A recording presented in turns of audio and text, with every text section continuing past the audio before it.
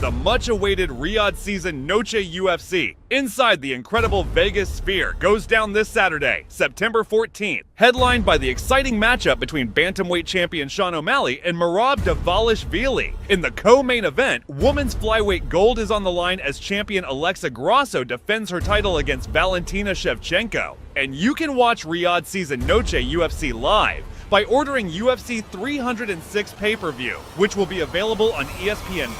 So do not wait. Order UFC 306 pay-per-view from the first link in the description.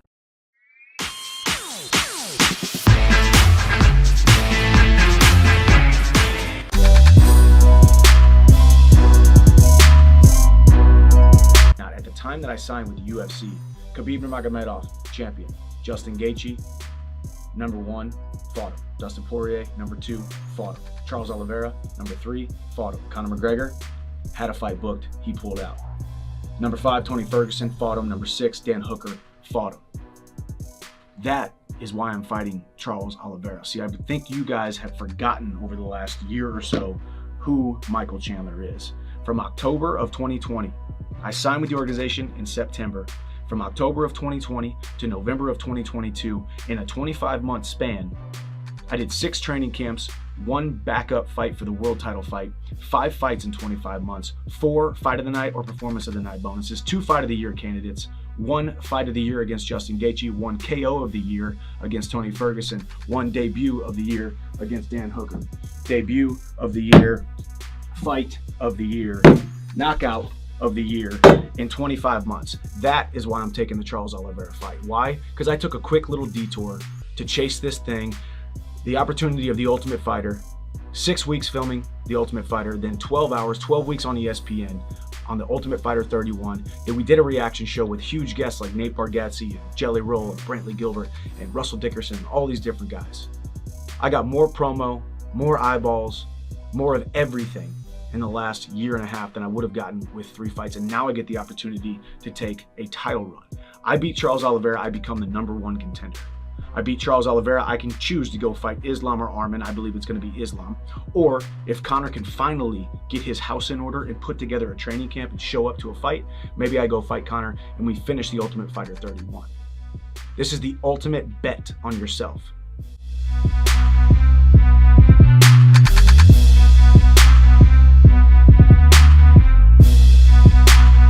Is there a world where we see you go up potentially and challenge for that featherweight title? Never. I will never fight Ilya first. He's my brother. Yeah, I really love him. He's a little younger than me, but he's very smart and very good guy. Very good guy, family guy, and a good friend of mine. We'll never fight him. I've been sparring with him and he destroyed me. You know, like he's stronger than me. So and then like I said, I'm not afraid to fight, but I'm not afraid to fight. But Ilya is my friend, Georgian, and I will never fight him. And I'm very comfortable in my weight class here, 135. I don't think I will go up and fight for the belt. It's not gonna happen. I can go fight some matchups, yes, I will. But to be fight against like Volkanovski, Max Holloway, I don't think I'm not competent yet. Maybe someday I even maybe if I start a diet, I can even maybe go down 125.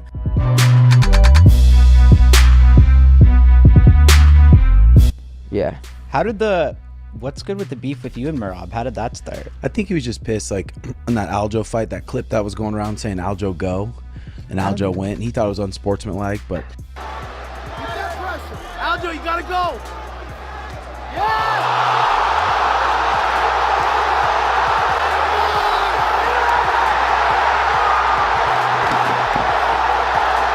People on Twitter were asking some of the main refs if that's illegal, and they said, that's not illegal. Just no one's ever really done it. What if that was just a call out for me? Aljo, you gotta go. What if that was a secret call out for me? Which it was. Isn't someone calling you out to fight right now? Just Merabi. Yeah, just Merabi. But he said at the PI yesterday, he saw me. He said, after I beat up Sugar, I'll forgive you.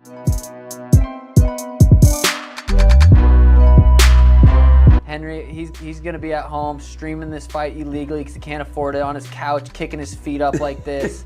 Henry is just a little fucking weasel, and I don't like that guy. What makes you not like him so much? I don't know if it's his face or just his... Henry Cejudo. Come here. come on. Henry Cejudo. This guy is a winner. Hit, say something. You know what it is? It's his attitude. And he rubs a lot of people wrong. He's got this big ego, and he's like, oh, I'm the man of fighting, and I'm pound for pound, and teaching John Jones how to fight. It's like, bro, you're not that f***ing good. Yeah, you won a couple fights, but you're not that f***ing good. He's talking about going down to 25 because I'm running the division. But he's like, oh, I want to fight Sean. You don't want to fight me. He doesn't want to fight me. I'm a nightmare for him. He's like, oh, I'll take you down, hold you down. Cool. I'll get up and kill you. Like, you suck. Henry suck.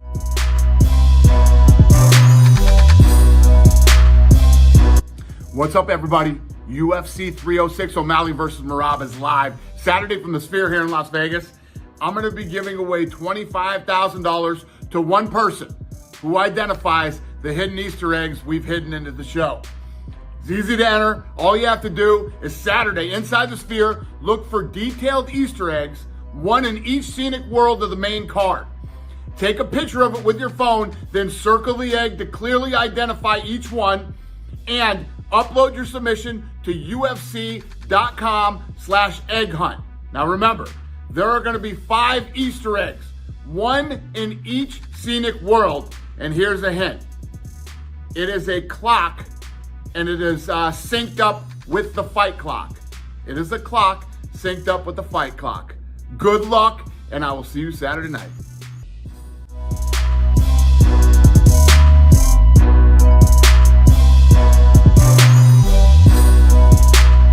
I believe you trained with Rosas Jr before. Any comment on him in his matchup? Yeah, when I took the fight with his arm was obviously stuck in COVID, stuck out of New Zealand because of COVID in Las Vegas. I was training at Syndicate, and Raul was training at Syndicate at the time. So Frankie pulled him out of the training team at the time, and I did a lot of wrestling with Raul for that fight. Like, he was, I believe at the time, he was only fighting amateur. He was like a former amateur world champion, and he was an amateur at the time. And like being a professional and a UFC fighter, like a lot of guys will avoid getting their ass kicked by amateurs. But I could see the enthusiasm in the kid, the talent in the kid. Like, he would push me to my absolute limits, and he was able to get me down and stuff like that just because of that youthful energy. Like, you always need those youthful guys in the gym. So at that time, I was not surprised at all that he went on to become undefeated and get a UFC contract, and with the way he's been performing in the gym, I guarantee at some stage that kid's going to be having a UFC title strapped around his waist.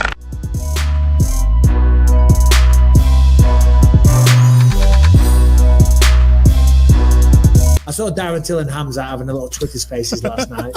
You know. I made you miss weight. Before I met you, I never missed my weight. Oh, are you really putting it on me? Yeah, of course, because you eat every day chocolates, brother. I couldn't stop as well. I have knowledge on the inside that I heard it's Khamzat with the chocolate bars. Okay, this is not a big deal, so I don't give a shit.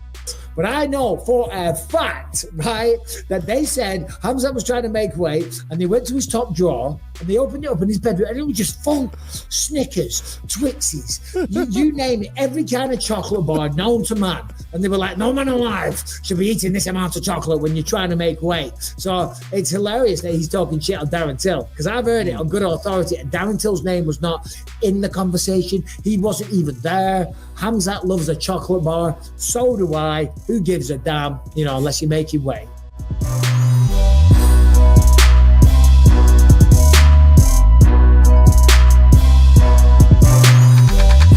Michael Chandler was going to be taking another fight prior to fighting you. You've expressed interest in fighting Jeremy Stephens.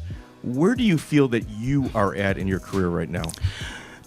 I got tested this evening. I got tested today by the Drug-Free Sport Agency. I'm the most tested athlete on the roster by more than twice the amount. I believe I'm tested maybe 13 times. The amount of seconds it took me to finish Jose Aldo, 13 times. And, actually, funny enough, Jose Aldo was number 2 in the testing. I think he's been tested 6 times. So I've been tested more than twice all these other athletes, yet I struggle to get a date. So, I've talked to Sheikh Turkey and said, Sheikh Turkey, can you assist me here? As far as Chandler rematching Oliveira, I'm happy with the date. It's November. Maybe we can still do it after, if they're not going to line me out till maybe December, January, February, or one of these dates. You know, maybe we can still do it. I'm just a bit, you know, out of the loop with it, you know. So all I can do is carry on doing what I'm doing. You know, I test under the testing administration. I train daily, and you know, that's it. Let's see what happens. Hopefully, it all comes to fruition. I know you love this bare knuckle stuff. You said you were trying to be player manager. When's a realistic timeline for you? You know, like I said, I have 2 fights left on my UFC contract. My opponent that I was scheduled to fight has rescheduled another bout. I would love maybe an exemption or maybe a joint partnership, bare knuckle UFC, similar to McGregor Sports and Entertainment and Mayweather Promotions. Some sort of, you know, agreement where we can get busy. You know, I need to be busy, and right now I'm working to get there. So let's see what happens. Like I said, I have 2 fights left on the contract, and it's taken a minute, but you know, patience is one of the most important skills a human being can possess, study, learn, and implement, and that's where I'm at right now. Dreaming, keep dreaming. Nobody knocked me out yet. Nobody. Keep dreaming, Shannon. You don't knock out Chito Vera? I did knock out Aljo though, didn't I? No, that was